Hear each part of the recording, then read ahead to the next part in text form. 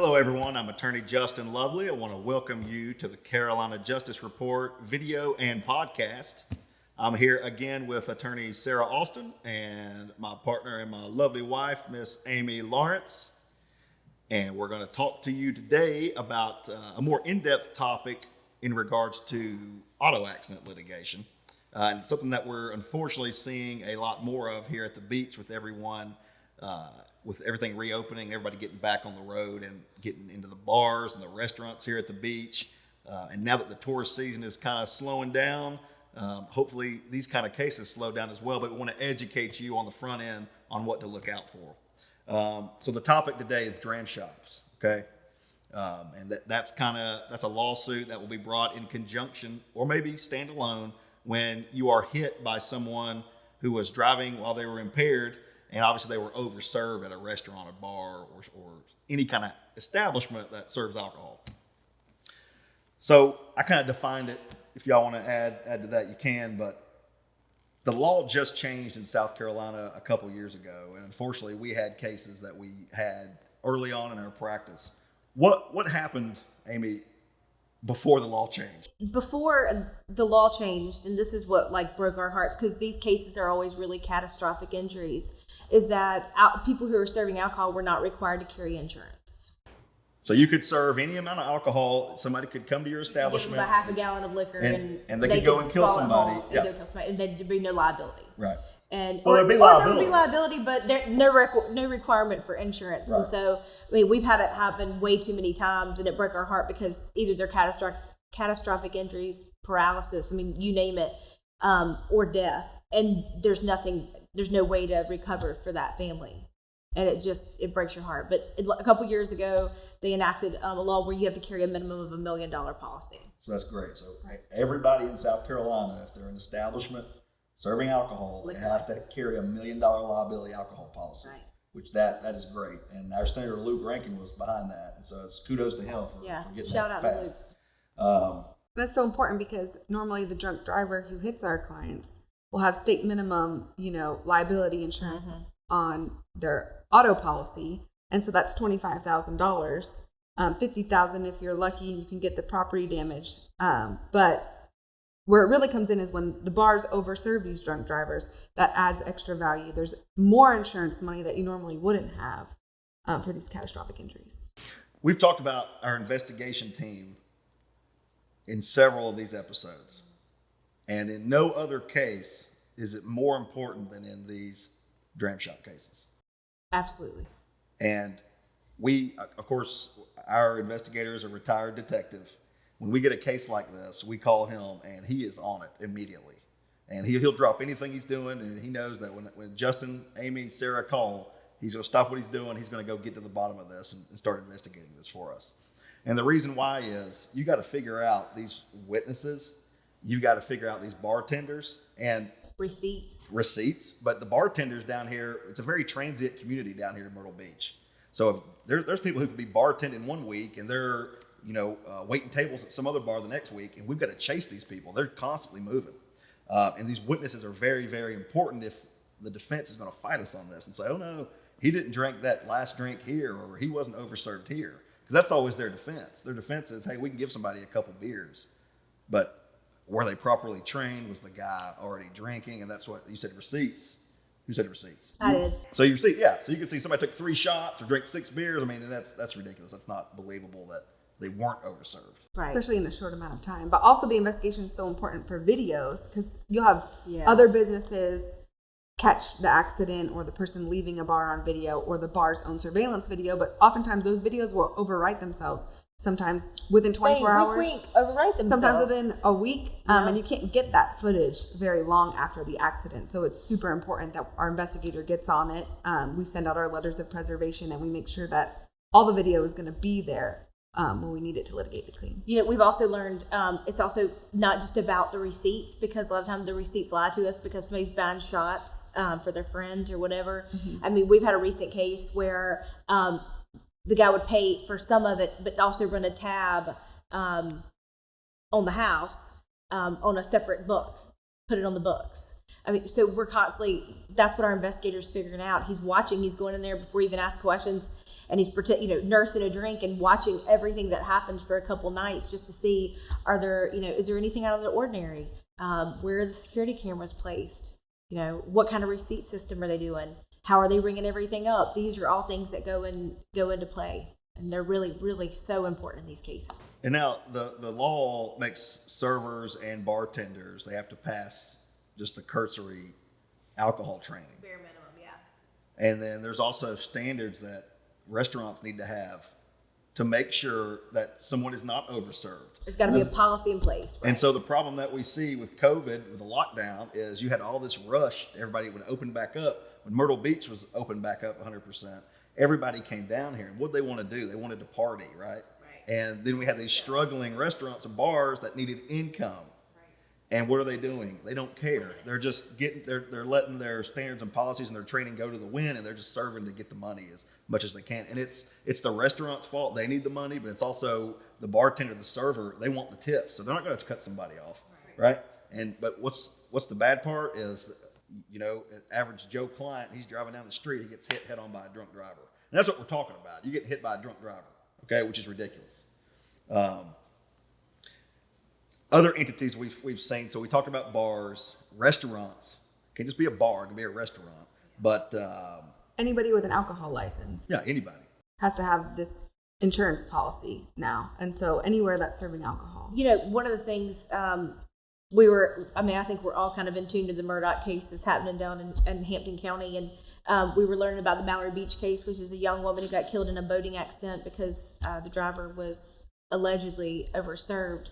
And, when we were listening to that podcast and we're learning about it, we learned that, he had bought alcohol with a fake ID at a gas station. And they've got it on video. And it's all on video. Yeah. And so, in my head, the lawyer in us, the Dram shop attorney in us, we're going, okay. We're just counting the bars. There's the policy. And then, then we hear that he's drinking at a bar, getting shots. There's a policy. He's at a home and was served, possibly served underage. By an adult. So we're thinking homeowners, personal liability. These are the things that the average attorney is not thinking of that we think about on a continuous basis. Yeah, so you would, in a situation like that, you do a proper investigation and you can hit every policy down the chain. And we're serving preservation letters on every one of those entities. We're, investigating every one of those entities. We're trying to get security cameras from every angle along the way. Mm-hmm. Because a lot of times you have people drinking at multiple bars as well. Mm-hmm. Over drinking at multiple bars. Right, correct. And you can get every one of them. Now, let's say they say, well, he might have drunk at our bar. Maybe let's say it's bar number 1. Right. But bar number 3 agrees, hey, he was overserved. Bar number 2 says, yeah, he was overserved. Bar number 1 says, no, he wasn't overserved. So what happens then, Sarah? What do we need to do at that point in time? Or what would we do if we had that case? We would litigate it and fight it, interview all the witnesses, and it's really going to determine how much alcohol the defendant had at each bar. And so sometimes we'll even have to hire an expert to determine, this was his blood alcohol level at the time of the accident.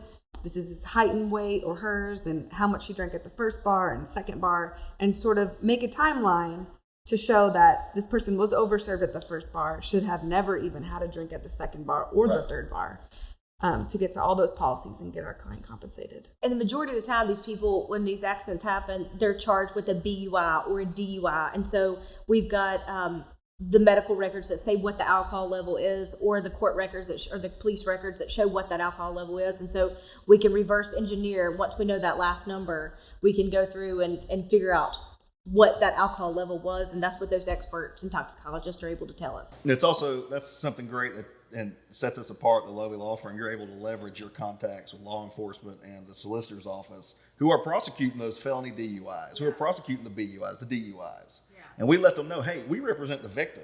And so we work with the victim, who's also going to be the plaintiff in the Dram shop case. But we also work with the victim's advocate's office, who's wanting to make sure that this person can be made whole if possible.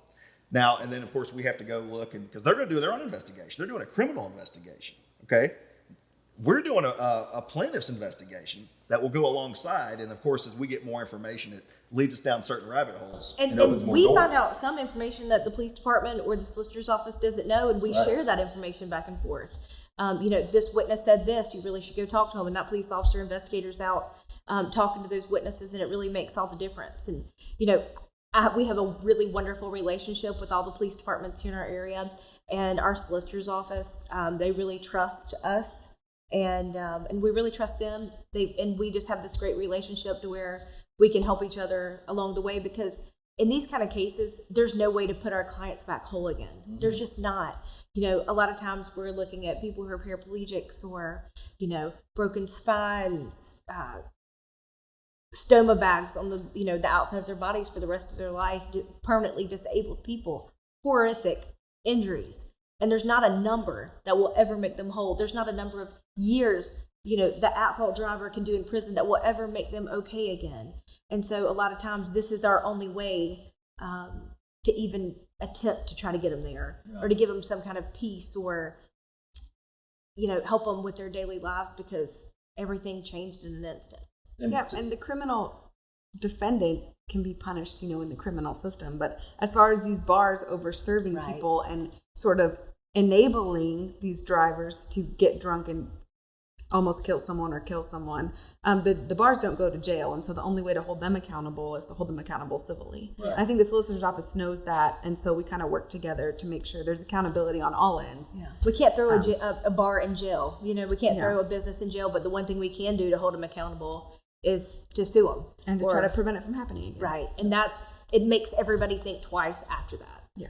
The next person they serve, they're not going to give them the 4 shots or whatever that is, and go back to those policies and procedures that they should have been following all along.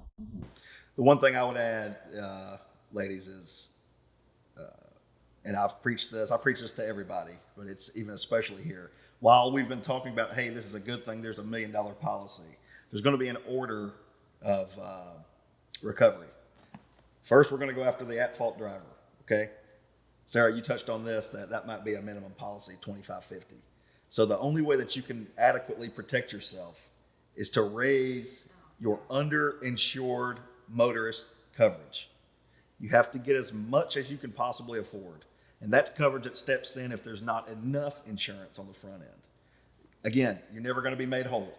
But if you get the at-fault policy, you have adequate underinsured motorist coverage policy, we get that policy for you.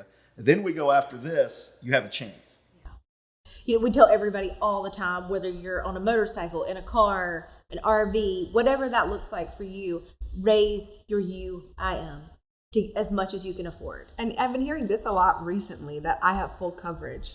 So even if you think you have full coverage, make sure you look at that policy, because full coverage means that your property damage is going to get fixed, whether you cause the accident or someone else does. And that's protecting the bank who you make your payments to. That's not protecting you. So underinsured motorist coverage is the only insurance that you can really buy to protect yourself in case something bad happens. And it's worth every penny. It's not that much extra on your policy either. And we tell people all the time when we meet people out, or we do, rallies or community service projects or whatever, call us. We'll look at your insurance, send us your deck page, and we'll tell you for free exactly, where you're lacking and what you need to up. And almost 100% of the time, 99.9% of the time, I'd say Justin and I are probably, and Sarah are probably the only exception to this rule, because we know it, or attorneys that do this kind of work, because we have crazy high UIMs on our own cars. We have $1 million policy that will cover us if something happens, that you need to up your UIM and UM. So if they have no insurance or they don't have enough to cover you,